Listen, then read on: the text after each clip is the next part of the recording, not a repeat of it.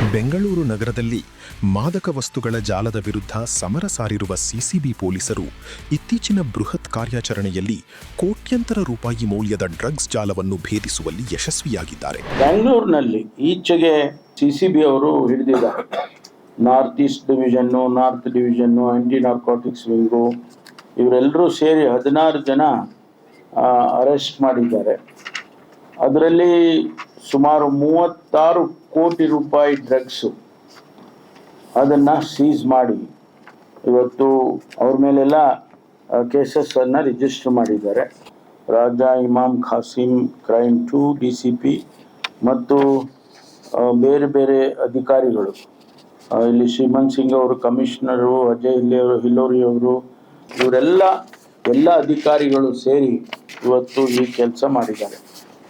ಮಾದಕ ವಸ್ತುಗಳ ಸಾಗಾಣಿಕೆ, ಮಾರಾಟ ಅಥವಾ ದುರುಪಯೋಗಕ್ಕೆ ಸಂಬಂಧಿಸಿದ ಯಾವುದೇ ಮಾಹಿತಿ ನಿಮ್ಮಲ್ಲಿದ್ದರೆ ತಕ್ಷಣ KSP ಆ್ಯಪ್ನಲ್ಲಿ ದೂರು ದಾಖಲಿಸಿ. ನಿಮ್ಮ ಮಾಹಿತಿಯನ್ನು ಸಂಪೂರ್ಣವಾಗಿ ಗೌಪ್ಯವಾಗಿಡಲಾಗುವುದು.